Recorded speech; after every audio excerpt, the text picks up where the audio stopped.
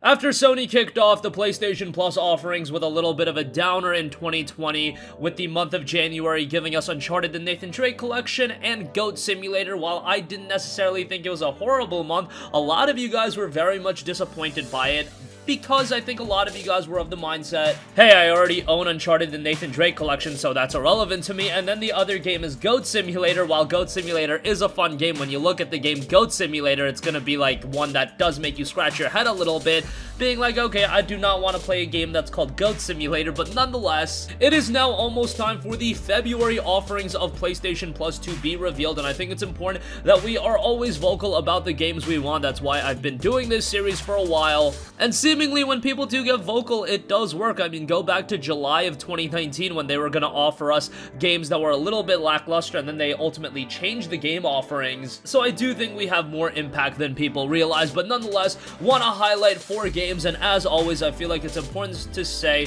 that I try to stay away from games that I know are just not realistic as PlayStation Plus offerings, whether it be like Death Stranding or like Star Wars Jedi Fallen Order, games that are still a premier title. They just came out, they still go for very high price points. I stay away from games like that, and I try to keep things a little bit realistic, and I also try to offer you guys games that could be used as promotional tools for other upcoming games in February, and you guys are going to see that. So without further ado, let's get right into it, and I want to start things off with Yakuza 0. So Yakuza, the collection, is going to be dropping in February. They've been putting the entire story of Kazuma Kiryu on the PlayStation 4. We've got Yakuza Kiwami, that's Yakuza 1 Remake, Yakuza Kiwami 2, and Yakuza 3, 4, and 5 have also been dropping. Yakuza 5 will be releasing next month, and then the Yakuza collection that includes 3, 4, and 5 will also be dropping physically, and then of course we have Yakuza 6, so why not get people invested into Yakuza by offering them Yakuza 0? They offered us Yakuza Kiwami back in October or November of 2018, and that was a little bit of a head scratcher. Why not give gamers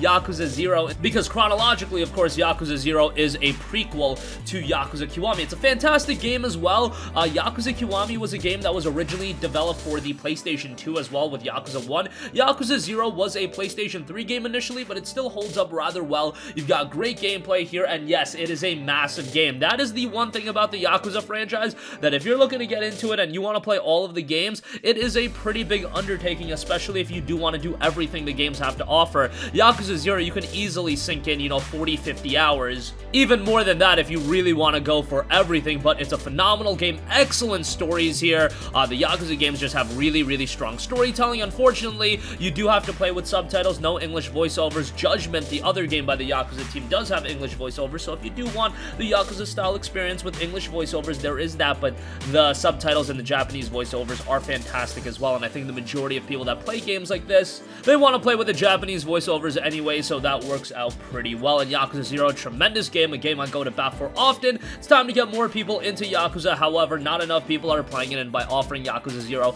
as a Plus title ahead of the release of the collection, that just makes all the sense in the world, and I'd love to see that, especially with how good the game is.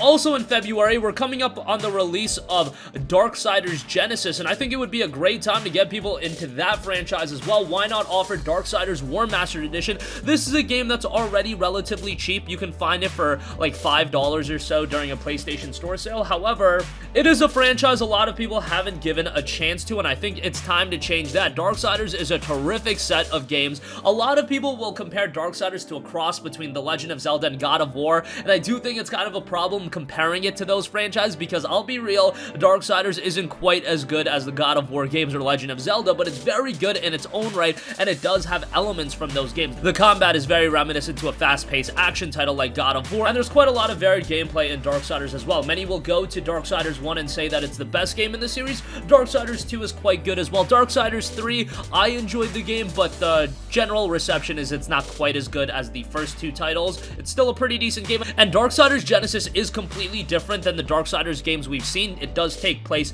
prior to the events of the first Darksiders. However, it's more of a dungeon crawling action RPG rather than the typical action game hack and slash title that you see in the first 3 Darksiders titles. But nonetheless, the stories are obviously connected, and Darksiders does have a relatively strong narrative, so to just get people into the world and setting of Darksiders, I think offering Darksiders Warmastered Edition as a freebie makes a lot of sense, and it's one of those games that you offer it as a freebie, and it's not like it's the biggest ask in the world. Again, this game goes for like $5 during a PlayStation Store sale. I'm sure Sony can work out something with THQ Nordic to make that deal happen. but nonetheless would love to see that. Alright, next up, now this game might be asking for a little bit much because it's still going for a relatively premium price point, but Dead Cells came out all the way back in August of 2018. I think enough time has elapsed for me to really want the game from Motion Twin on PlayStation Plus and offered as a Plus title. This game is phenomenal. I cannot say enough good things about Dead Cells. It is a tremendous game of that Metroidvania roguelite style, Metroidvania-inspired action platformer. You'll explore a sprawling, ever-changing castle,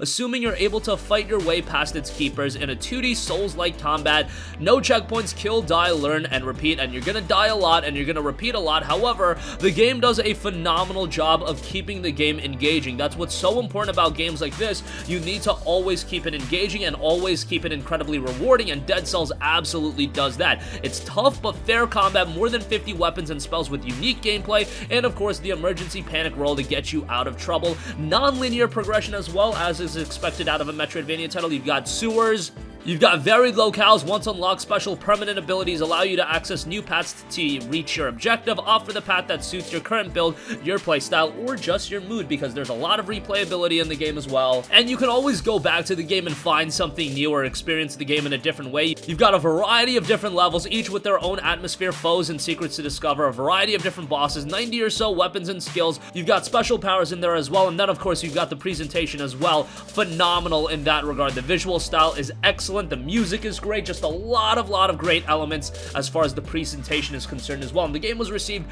really strongly, 89 on Metacritic, overwhelmingly positive reception on Steam. The people that have played Dead Cells know how good the game is, and it's time that more people experience it. I'm sure a lot of people already bought it, but why not offer it as a Plus game? Yeah, Sony might have to open up the checkbook a little bit for this one, because again, Motion Twin still has Dead Cells at a relatively premium price point, still going for like $17 to $20, and it released at $25, so that's still a high price point given that the game came out, what, 16 months ago at this point? Typically, you'd see games plummet in price a little bit quicker than that, but Dead Cells is one of those games that even for that premium price point, it is absolutely worth it because it's a phenomenal game and a lot of longevity to the content as well, and as a Plus title, it would be absolutely fantastic, and I don't see any way for people to complain about that. And finally, one game that I'd like to see as a Plus freebie just because it deserves a second chance, a second wind, a resurgence, and that is Star Wars Battlefront 2. I think some people are still a little bit lost on the fact that Star Wars Battlefront 2 has developed into a phenomenal multiplayer game.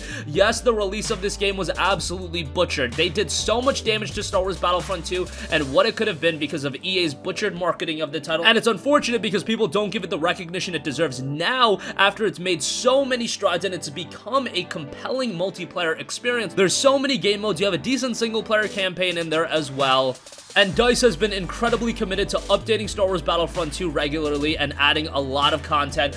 I wouldn't even be opposed to a Battlefront 3. I hope it happens at some point, and I hope EA doesn't completely mess up the marketing for that game, because right now Battlefront 2 is an excellent multiplayer experience, and as a Plus game, you would shed a new light onto it and a lot more people would check it out. Now, one thing I don't like about getting Battlefront 2, let's say if it was a Plus game, I don't necessarily like the crossover between subscription services. Obviously, if you're an EA Access subscriber, you have Star Wars Battlefront 2, you have access to the game, and now you're offering it as a Plus freebie as well. That dilutes the value of both subscription services, and that is an issue that I do think is going to arise a little bit when we see all of these subscription services coming into play. You've got PS Now, you've got PS Plus, you've got EA Access. Who knows if Ubisoft service is going to roll out on consoles at some point as well. There's going to be a lot of crossover between these subscription services, and it is going to dilute the value a little bit of the various services, but nonetheless, that's not necessarily a huge issue given that I think the majority of people are not yet subscribed to EA Access, and Battlefront 2 as a Plus game would open it up to a wider audience and a lot more people would check it out, and it would reinvigorate the player base as well, so nothing wrong with that.